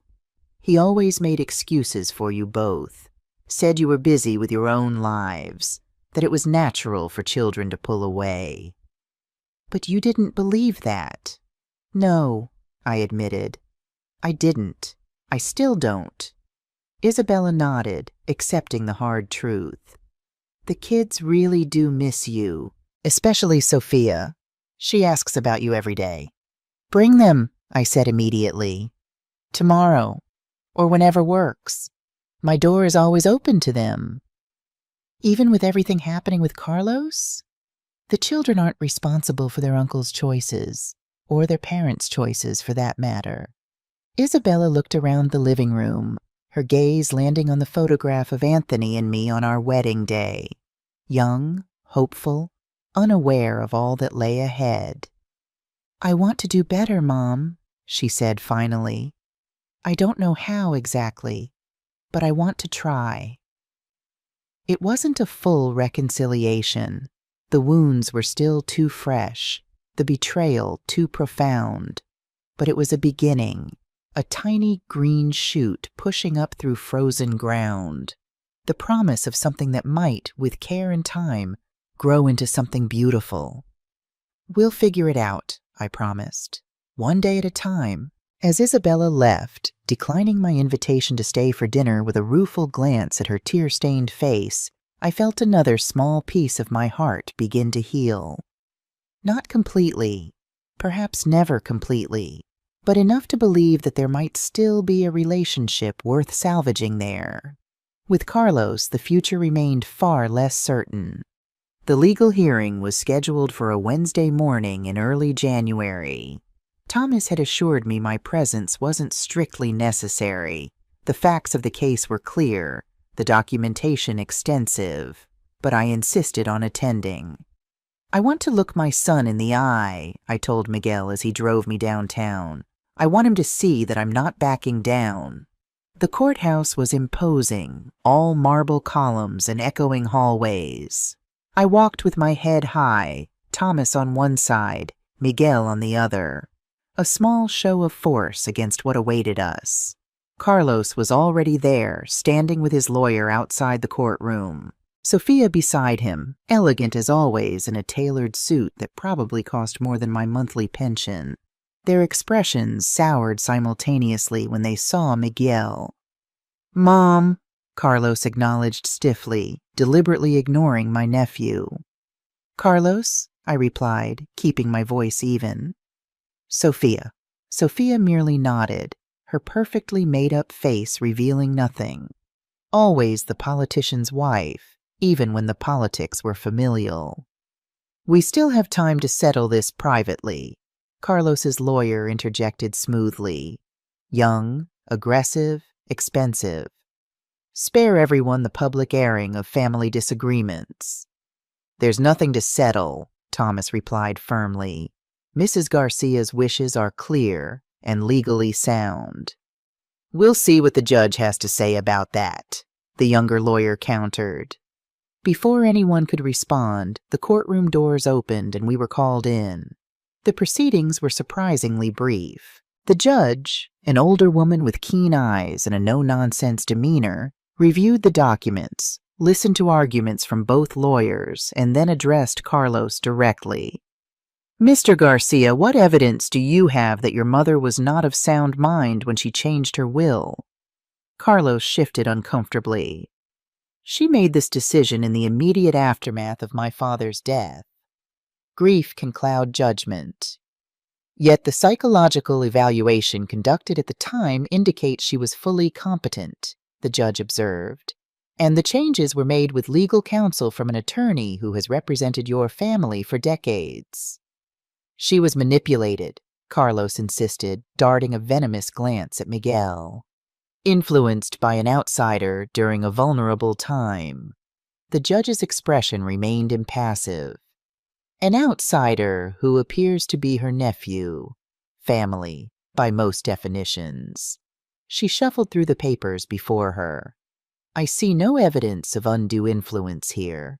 What I do see is a woman making a difficult but rational decision based on her experiences.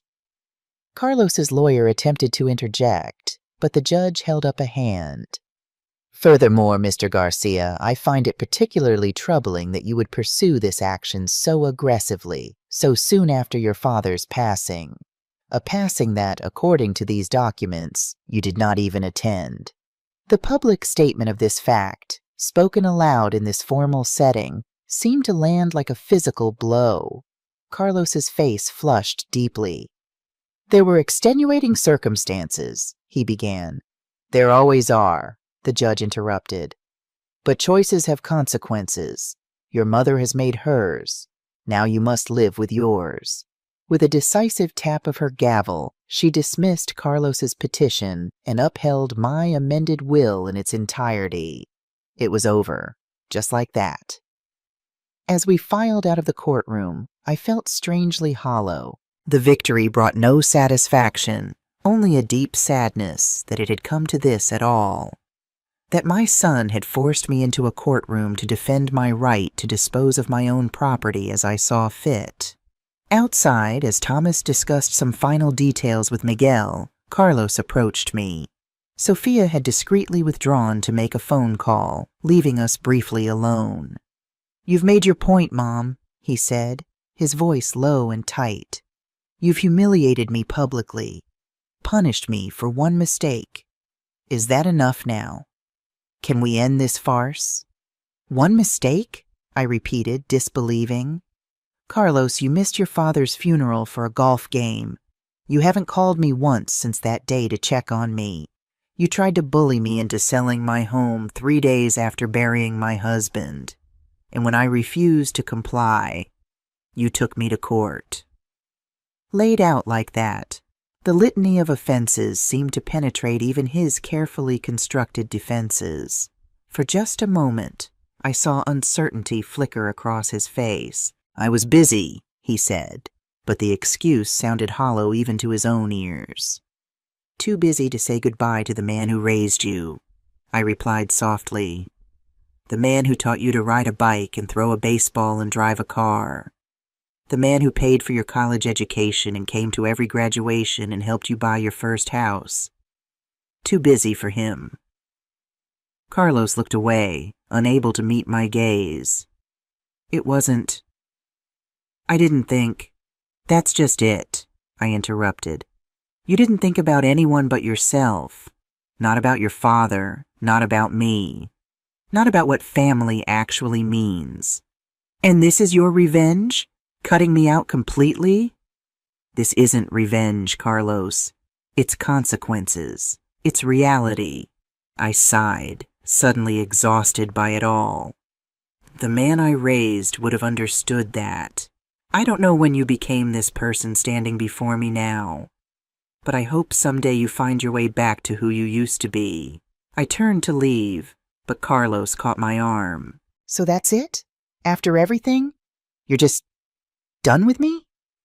The question held a note of genuine fear, perhaps the first real emotion I'd heard from him since Anthony's death. I will always be your mother, I said carefully.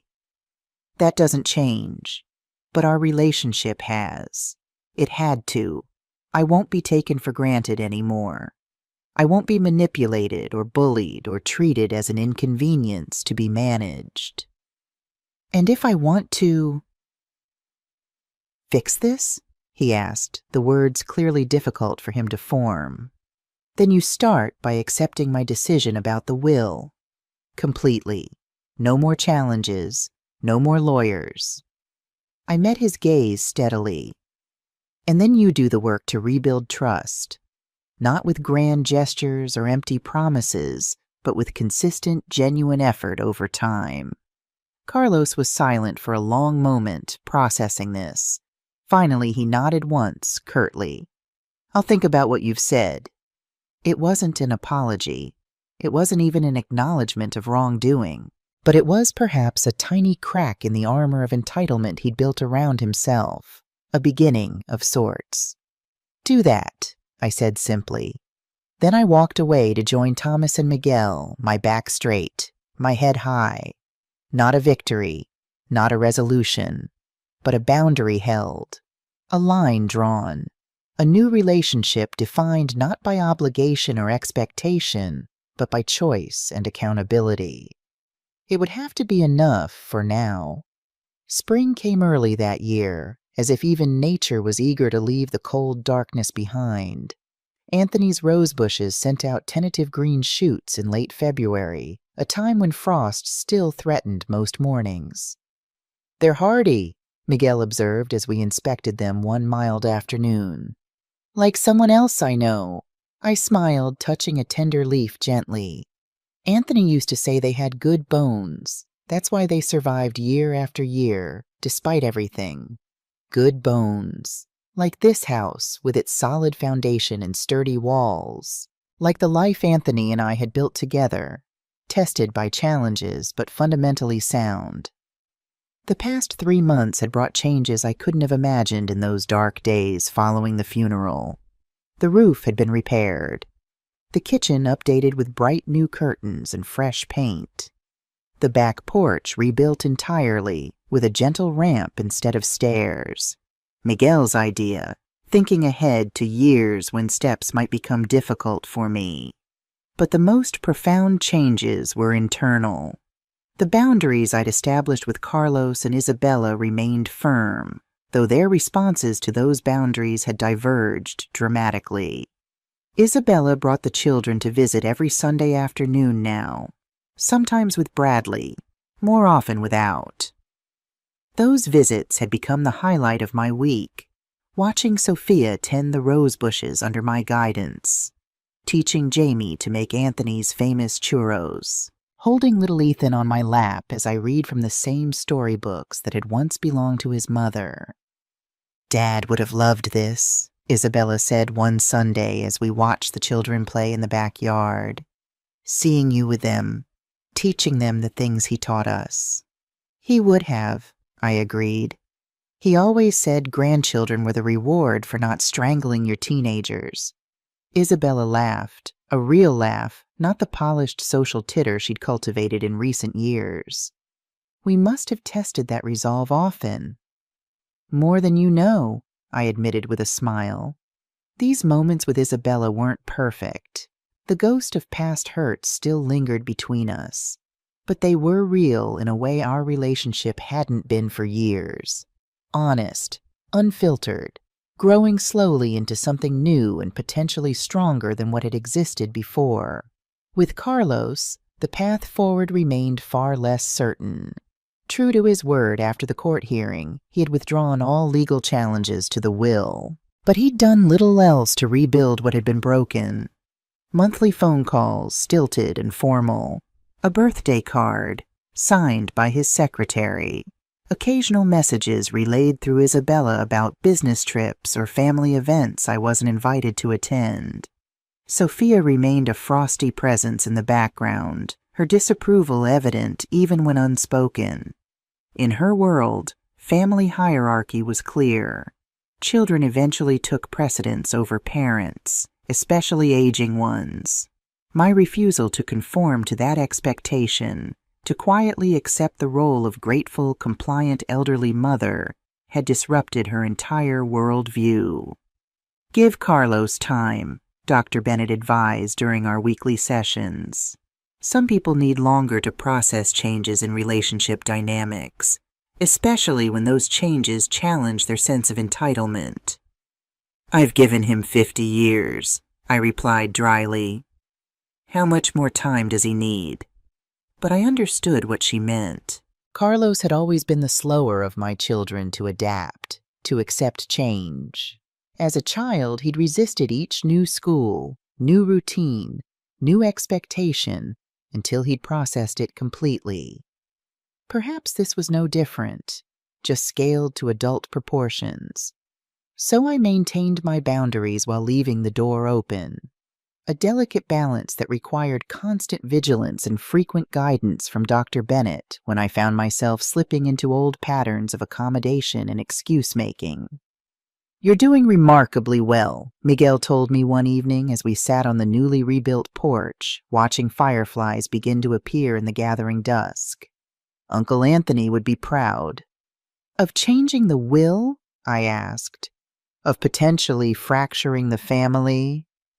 "Of standing in your truth," Miguel corrected gently. "Of refusing to be diminished by others' expectations. Of building a life that honors his memory without being consumed by grief." Building a life.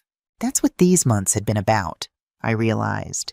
Not just surviving Anthony's absence, but actively creating something new from the pieces left behind. Something that honored what we'd shared without being limited by it. Miguel and Layla had been integral to that process. Their presence in the house had forced me out of established routines, introduced new traditions, created space for joy even amid ongoing grief.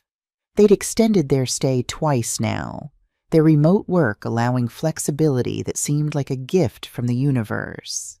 But I knew they couldn't remain indefinitely. They had their own lives to build, their own future to create.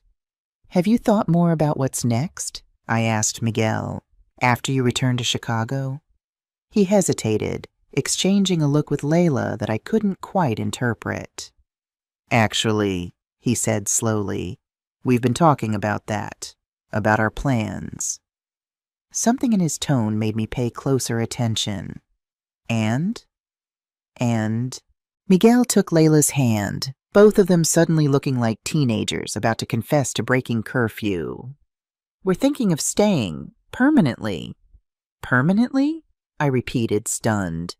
"But your jobs, your apartment in Chicago." "We can work remotely indefinitely," Layla explained.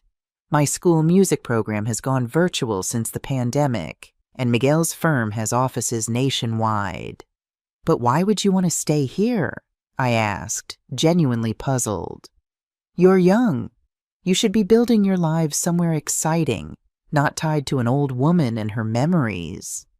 Miguel's expression softened. "Tia Maria, we're not staying for you, or not just for you. We're staying because this feels right for us, for our future." "Our future," Layla echoed, a slight emphasis on the first word that made me look more closely at her. "Layla?" I asked, a suspicion dawning. Her smile confirmed it before she spoke. "We're having a baby, in October." The news hit me like a wave. Unexpected, overwhelming, but ultimately lifting me higher than I'd thought possible. A baby, new life, continuation. "Anthony would have loved that," I whispered, tears springing to my eyes. "A new generation in this house." "We were thinking," Miguel said carefully, "that we could build an addition, a small apartment off the back with its own entrance. That way you have your privacy, we have ours, but we're all still together. As family." Family. The word had taken on new meaning these past months, not defined by blood or obligation, but by choice, by showing up, by being present in the ways that mattered most. "I'd like that," I said simply. "Very much." As the fireflies danced in the gathering darkness, I felt Anthony's presence more strongly than I had since his death. Not in a supernatural way, but in the continuation of what we'd built together, in the values we'd shared, in the legacy that would now extend beyond either of us. "He's here," I said softly, more to myself than to Miguel and Layla. "In everything that matters, he's still here." "Grandma, look what I found!" Ethan's excited voice carried across the garden where we were gathered for his 6th birthday party.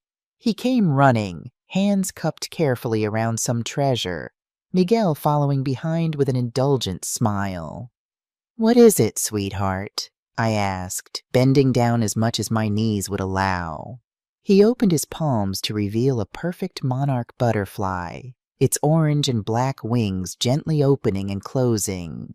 "It was on the roses, the ones you and Grandpa planted." "It's beautiful," I told him, genuinely awed by the delicate creature. "Your grandfather would say that's a sign of good luck on your birthday." Ethan's eyes widened. "Really? What else would Grandpa say?" These questions came often now, especially from Ethan, who had been too young to have many clear memories of Anthony. Each one was an opportunity to keep Anthony present, to weave him into the fabric of our continuing family story. "He'd say that monarchs are travelers," I explained. "They journey thousands of miles every year. Just like the stories he used to tell you about his family coming from Mexico to start a new life here." Ethan nodded solemnly, processing this connection to a history larger than himself. Then, with the butterfly still perched on his palm, he ran to show his siblings and cousins. Yes, cousins. Miguel and Layla's daughter, Elena, named for Anthony's sister, had arrived last October, right on schedule. Now 8 months old, she sat in her mother's lap at the picnic table, gumming a teething biscuit, and watching the older children with fascination. The backyard was fuller than it had been in years. Isabella and her family, Miguel and his, Thomas and his wife, Mrs. Jenkins from next door, Anthony's old poker buddies. A community gathered not out of obligation, but genuine connection. Only Carlos was missing, having sent a gift but declined the invitation with a terse explanation about a business trip. Some wounds healed slower than others. Some might never heal completely, but that was all right. I had learned to accept what was, rather than cling to what should be. To find peace in the reality before me instead of the fantasy I'd maintained for too long. "Mom?" Isabella appeared at my side, helping me to a comfortable chair in the shade. "You looked lost in thought." "Just remembering," I admitted, "and marveling at how much has changed in a year and a half." Isabella nodded, understanding in her eyes. "Good changes, mostly, though I still miss Dad every day." "So do I," said softly. "But I feel him here, especially on days like today. In the garden he loved, the family he built, the values he lived by." Isabella was quiet for a moment, watching her children play with their younger cousin. "I think about what you did a lot," she said finally. "Changing the will, standing your ground. It was the right thing, though I couldn't see it then." Her admission surprised me. We'd gradually rebuilt our relationship over the past 18 months, but we rarely discussed the will directly. It remained a sensitive subject, especially when Carlos was involved. "It wasn't about punishment," I said carefully. "It was about truth, about acknowledging what family really means." "I know that now." Isabella smiled sadly. "I just wish Carlos could see it too." "He'll find his way," I said with more confidence than I truly felt. "Or he won't. That's his choice to make."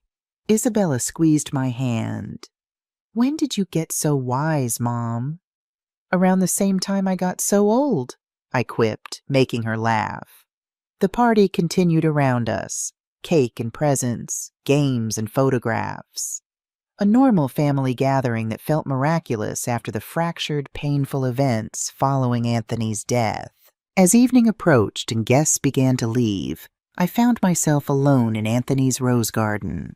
The bushes were in full bloom now, their red petals vibrant against the green leaves, just as he had loved them. "I kept them alive, mi amor," I whispered, "just like I promised.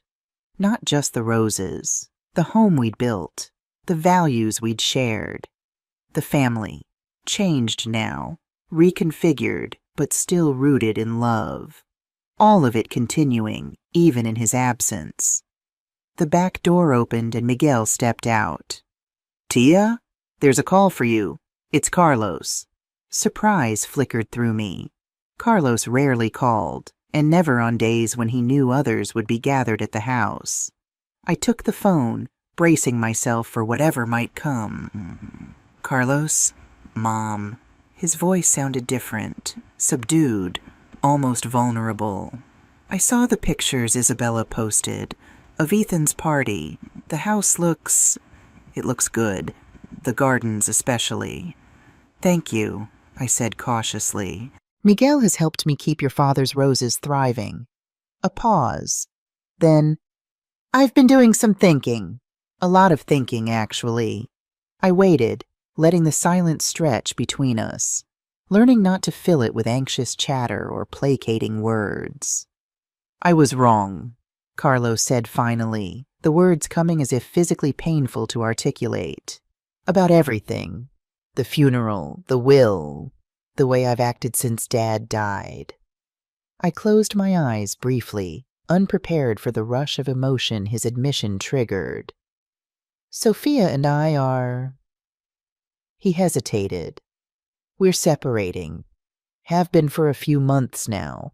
I didn't want to say anything until it was certain. I'm sorry to hear that, I said, meaning it despite everything. Don't be. It's been a long time coming. She wants different things than I do. Always has, maybe. He sighed heavily. Losing Dad, fighting with you. It made me look at my life. Really look at it. I didn't like what I saw. Change is possible, I said quietly, at any age. Your father always believed that. Yeah. Carlos's voice cracked slightly. He did, didn't he? Another pause. Mom, I'd like to come see you. Talk properly, if you're willing. Was I willing? After all the pain, the betrayal, the legal battles, the answer came more easily than I expected. I'm willing, I said simply. Tomorrow, I could come for lunch. Tomorrow works. I gazed at Anthony's roses, imagining him tending them with the same care he'd always given to our family. The door is open, Carlos. It always has been. After we hung up, I remained in the garden a moment longer. No guarantees, no certainties. Just a door opened that had long been closed.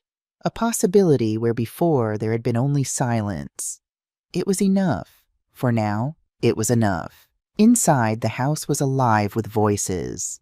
Isabella helping clean up the kitchen. Miguel putting Elena down for a nap.